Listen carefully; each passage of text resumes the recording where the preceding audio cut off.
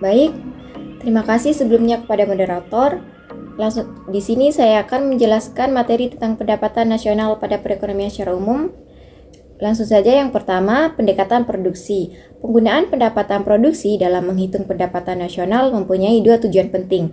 Yang pertama, mengetahui besarnya sumbangan berbagai sektor ekonomi di dalam mewujudkan pendapatan nasional. Yang kedua, menghitung nilai produk bersih yang diperoleh pada berbagai tahapan. Nah, yang kedua, pendekatan pendapatan. Dalam menghitung pendapatan nasional dengan pendekatan pendapatan pada umumnya diklasifikasikan menurut faktor-faktor produksi, seperti yang pertama, pendapatan karyawan yaitu gaji dan upah. Yang kedua, pendapatan dari usaha perorangan, pendapatan dari sewa. Yang ketiga, bunga bersih, yaitu total pembayaran dikurangi bunga pinjaman konsumen dan bunga pinjaman pemerintah. Kemudian yang terakhir yaitu keuntungan perusahaan. Selanjutnya yang ketiga yaitu pendapatan pengeluaran. Dalam analisis pendapatan nasional dikenal 3 macam model perekonomian. Nah, yang pertama, model perekonomian sederhana. Di sini dianggap bahwa perekonomian hanya terdiri dari 2 sektor, yaitu sektor rumah tangga atau C dan sektor badan usaha atau I, yang dimana Y sama dengan C plus 1. Yang kedua, model perekonomian tertutup. Perekonomian terdiri atas 3 sektor, yaitu sektor rumah tangga atau C, sektor badan usaha atau I, dan sektor pemerintah atau G, di mana C plus 1 I plus G. Nah, yang terakhir, model perekonomian terbuka. Perekonomian terdiri atas 4 sektor, yaitu sektor rumah tangga atau C, sektor badan usaha atau I, sektor pemerintah atau G, dan sektor perdagangan dengan luar negeri, di mana X min Y sama dengan C plus I plus G plus X min M. Baik, sekian dari saya. Itu saja. Terima kasih. Selanjutnya yaitu menentukan pendekatan dengan persamaan diferensial biasa order 2, metode koefisien tak tentu. Metode koefisien tak tentu. Bentuk umum dari model Samuelson yaitu Y double aksen T minus alpha kali 1 plus beta Y aksen T plus alpha kali beta YT sama dengan RT, di mana alpha adalah konstanta kecenderungan konsumsi marginal, beta adalah koefisien akselerasi, RT adalah galat atau error, di mana RT sama dengan E pangkat alpha kali 1 plus beta kali T. Nah, untuk konstanta kecenderungan konsumsi marginal, yaitu angka perbandingan antara tambahan konsumsi dan tambahan pendapatan.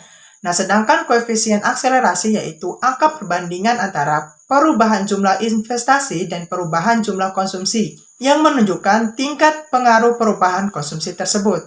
Nah, adapun solusi umumnya yaitu YT sama dengan YH plus YP, di mana YH adalah solusi persamaan diferensial homogen dan YP adalah solusi persamaan diferensial non-homogen dengan koefisien tak tentu.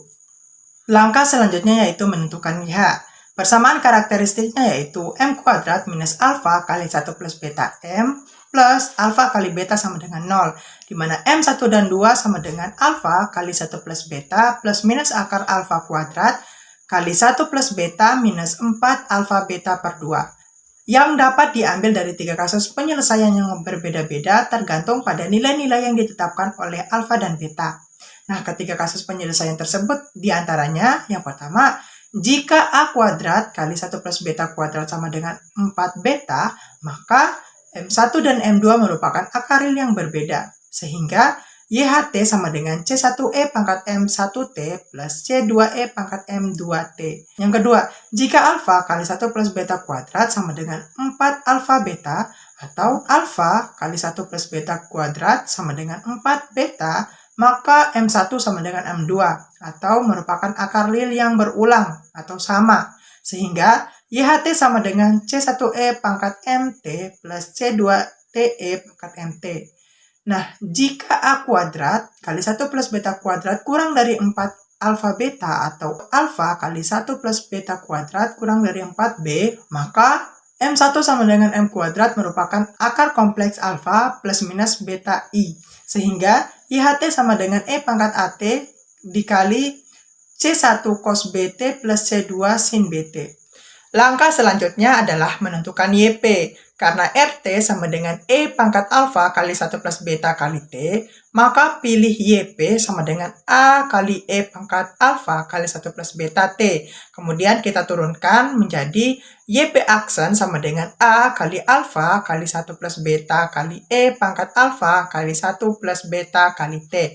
Kemudian kita akan turunkan lagi sehingga menghasilkan YP aksen sama dengan A kali alfa kali 1 plus beta kuadrat kali E pangkat alfa kali 1 plus beta kali T.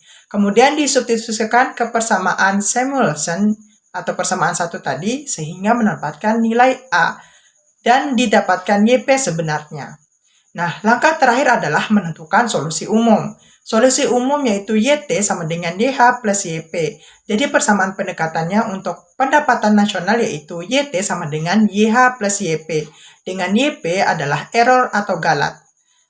Baik, di sini saya sebagai pemateri ketiga akan melanjutkan materi kedua. Di sini ada contoh penerapan persamaan diferensial orde 2 dalam menentukan persamaan pendekatan pendapatan nasional.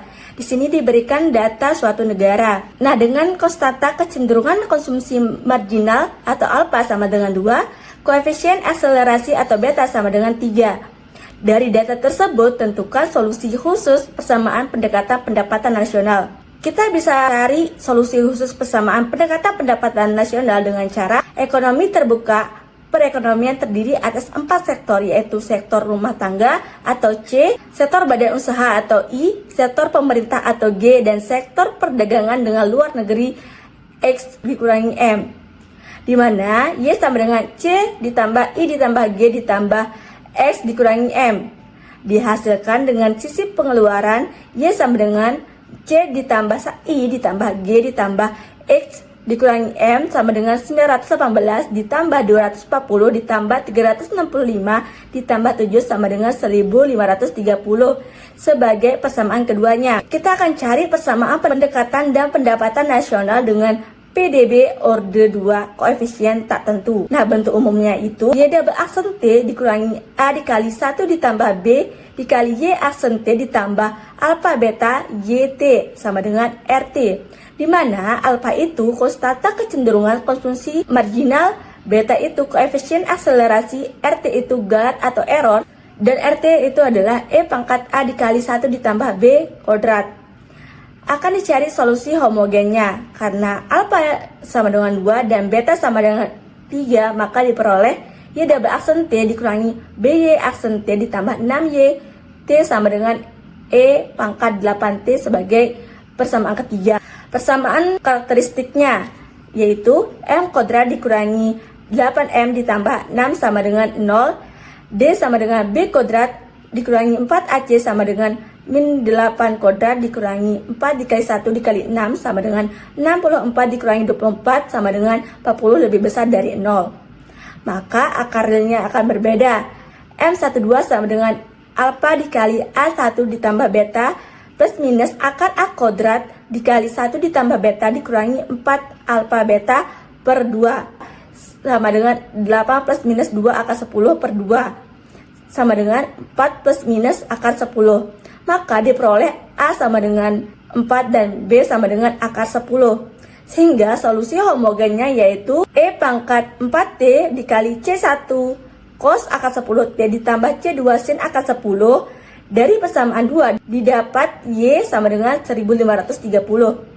YH sama dengan E pangkat 4T C dikali C1 cos akar 10T ditambah C2 sin akar 10T sama dengan 1530. Karena alfa sama dengan 2 dan beta sama dengan 3, maka Y alfa sama dengan 1530, maka Y2 sama dengan 1530.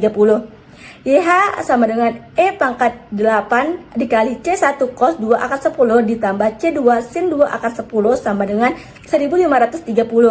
Jadinya yaitu 2962,81 C1 ditambah 328,38 C2 sama dengan 1530 sebagai persamaan keempat. Y beta sama dengan 1530, maka Y3 sama dengan 1530. YH sama dengan E pangkat 12 dikali C1 cos 3 akar 10 ditambah C2 sin 3 3 akar 10 sama dengan 1530. Jadinya yaitu 160.528,87 C1 ditambah 26.825,39 C2 sama dengan 1530 sebagai persamaan kelima. Kita lakukan substitusi dan eliminasi persamaan 4 dan 5 sehingga didapat C1 sama dengan minus 7,6433, C2 sama dengan 0,1506. Jadi YH sama dengan E pangkat 4T dikali minus 7,6433 cos akar 10T ditambah 0,1506 sin akar 10T. Kita akan cari solusi non homogennya. Karena RT sama dengan E pangkat 8T, maka pilih YP sama dengan AE pangkat 8T. YP aksen sama dengan A8E pangkat 8T sebagai persamaan ke-6. YP double aksen sama dengan A64E pangkat 8T sebagai persamaan ke-7. Substitusi persamaan 5 dan 6 ke persamaan 7. Y double aksen T dikurangi 8Y aksen T ditambah 6YT sama dengan E pangkat 8T. Jadinya A64E pangkat 8T dikurangi 8 dikali A8E pangkat 8T ditambah 6A pangkat 8T sama dengan E pangkat 8T. Jadinya yaitu 6A64E pangkat 8T dikurangi A64E pangkat 8T ditambah 6AE pangkat 8T sama dengan E pangkat 8T. 6AE pangkat 8T sama dengan E pangkat 8T, maka A-nya sama dengan 1/6. Sehingga YP sama dengan 1/6 E pangkat 8T. Karena didapat YH dan YP, maka solusi khususnya yaitu YT sama dengan YH ditambah YP sama dengan 1/6 E pangkat 8T dikali minus 7,6433 cos akar 10 ditambah YT sama dengan YH plus YP sama dengan 1/6 E pangkat 4T dikali minus 7,6433 cos akar 10 T ditambah 0,1506 sin akar 10 ditambah 1/6 E pangkat 8T. Jadi dari solusi khusus di atas didapatkan persamaan pendekatan pendapatan nasional. Y sama dengan E pangkat 4T dikali minus 7,6433 cos akar 10 T ditambah 0,1506 sin akar 10 T. Dengan nilai error atau galatnya yaitu 1/6 E pangkat 8T. Dari persamaan pendekatan pendapatan nasional tersebut, model ini dapat memperkirakan terjadi peningkatan atau penurunan pendapatan nasional pada tahun selanjutnya dengan mengambil T sama dengan beta dikurangi alpha. Contoh kasus. Kasus 1, misalkan suatu negara sedang mengalami ketidakstabilan ekonomi akibat perubahan mendadak dalam investasi swasta. Pemerintah ingin mempelajari dampaknya terhadap pendapatan nasional YT dalam jangka waktu tertentu. Model yang digunakan mengacu pada pendekatan keynesian sederhana dengan fungsi konsumsi C, investasi I, dan pengeluaran pemerintah G. Persamaan dasar dari kasus 1 ini yaitu YT sama dengan CT ditambah IT ditambah GT, di mana fungsi konsumsi CT bergantung pada pendapatan nasional. CT sama dengan C kecil dikali Y T min tau, dengan C kecil sebagai proporsi marginal konsumsi dan tau adalah waktu tunda konsumsi. Investasi dianggap dipengaruhi oleh laju perubahan pendapatan. IT sama dengan I0 dikurangi beta dikali DYT per DT. Kombinasi kedua hubungan ini dengan dinamika fiskal menghasilkan persamaan diferensial order 2 yaitu D pangkat 2 YT per DT pangkat 2 ditambah alpha dikali DYT per DT ditambah beta dikali YT sama dengan FT, di mana alpha mencerminkan sensitivitas investasi terhadap perubahan pendapatan, beta mencerminkan elastisitas konsumsi, dan FT adalah pengeluaran eksternal eksogen seperti pengeluaran pemerintah atau kejutan fiskal. Nah, untuk menyelesaikan persamaan tersebut, kita menggunakan metode solusi umum persamaan diferensial linear. Solusinya terdiri atas dua bagian, yaitu solusi homogen dan solusi partikular. Di mana solusi homogen atau YH dikali T adalah penyelesaian dari persamaan tanpa faktor eksternal, FT sama dengan 0. Dan solusi partikular atau YP dikali T adalah penyelesaian yang mencakup pengaruh faktor eksternal, FT tidak sama dengan 0 FT. Jadi persamaan homogen tersebut D kuadrat YT per dt kuadrat plus alpha dyt per dt plus beta yt sama dengan 0. Jadi bentuk karakteristik yaitu r kuadrat plus alpha r plus beta sama dengan 0. Jadi dari bentuk karakteristik di atas, di sini solusinya bergantung pada diskriminan delta, di mana delta sama dengan alpha kuadrat min 4 beta. Jika delta lebih besar dari 0, maka solusi eksponensialnya nyata. Jika delta sama dengan 0, solusi eksponensialnya ganda. Dan jika delta lebih kecil dari 0, maka solusi osilasinya kompleks. Solusi praktikular untuk Ft sama dengan A atau konstanta. Solusi partikularnya adalah Ypt sama dengan A per beta. Solusi totalnya adalah Yt sama dengan Yht plus Ypt. Sehingga untuk penerapannya, misalkan di sini alpha sama dengan 2, beta sama dengan 1, dan Ft sama dengan 100. Persamaannya menjadi d kuadrat Yt per dt kuadrat plus 2 dikali dyt per dt plus yt sama dengan 100. Diskriminannya yaitu delta sama dengan 2 pangkat 2 min 4 dikali 1 sama dengan 0. Solusi homogennya yaitu Yht sama dengan buka kurung C1 plus C2T tutup kurung E pangkat min T. Solusi partikularnya yaitu Ypt sama dengan 100. Sehingga solusi totalnya yaitu Yt sama dengan buka kurung C1 plus C2T tutup kurung E pangkat min T plus 100. Nah, baik. Kita lanjut ke kasus 2, di mana di kasus 2 ini terdapat sebuah negara mengalami kelonjakan pengeluaran pemerintahan yang mengikuti pola eksponensial Ft sama dengan Ce pangkat Kt. Dinamika pendapatan nasional itu, Yt dijelaskan oleh persamaan d kuadrat Yt per dt kuadrat plus 2 dikali dyt per dt plus Yt sama dengan Ce pangkat Kt. Untuk persamaan karakteristiknya di sini kita mendapat r kuadrat plus 3r plus 2 sama dengan 0, di mana untuk r-nya itu kita dapat minus 1 dan minus 2. Nah, untuk solusi homogennya itu kita dapat Yht sama dengan C1 E pangkat minus 1 ditambah C2 E pangkat minus 2T. Sehingga untuk solusi praktikularnya itu kita dapat Ft sama dengan Ce pangkat Kt. Maka kita asumsikan solusi praktikular berbentuk Ypt sama dengan Ae di pangkat Kt. Dari solusi asumsi praktikular tersebut, di sini kita substitusikan Ypt ke dalam Pd K kuadrat kali Ae pangkat Kt ditambah 3K Ae pangkat Kt plus 2Ae pangkat Kt sama dengan Ce pangkat Kt. Kita faktorkan E pangkat Kt itu karena kita anggap bahwa E pangkat Kt itu tidak pernah sama dengan 0. Sehingga kita dapat persamaan A dikali K kuadrat plus 3K plus 2 sama dengan C.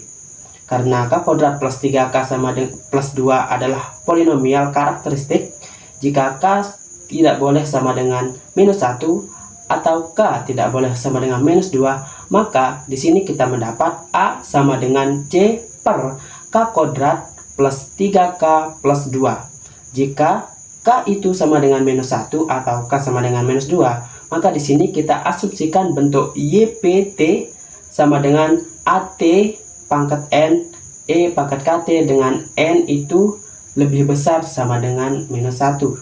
Tetapi untuk kasus ini kita anggap K tidak boleh sama dengan minus 1 dan minus 2.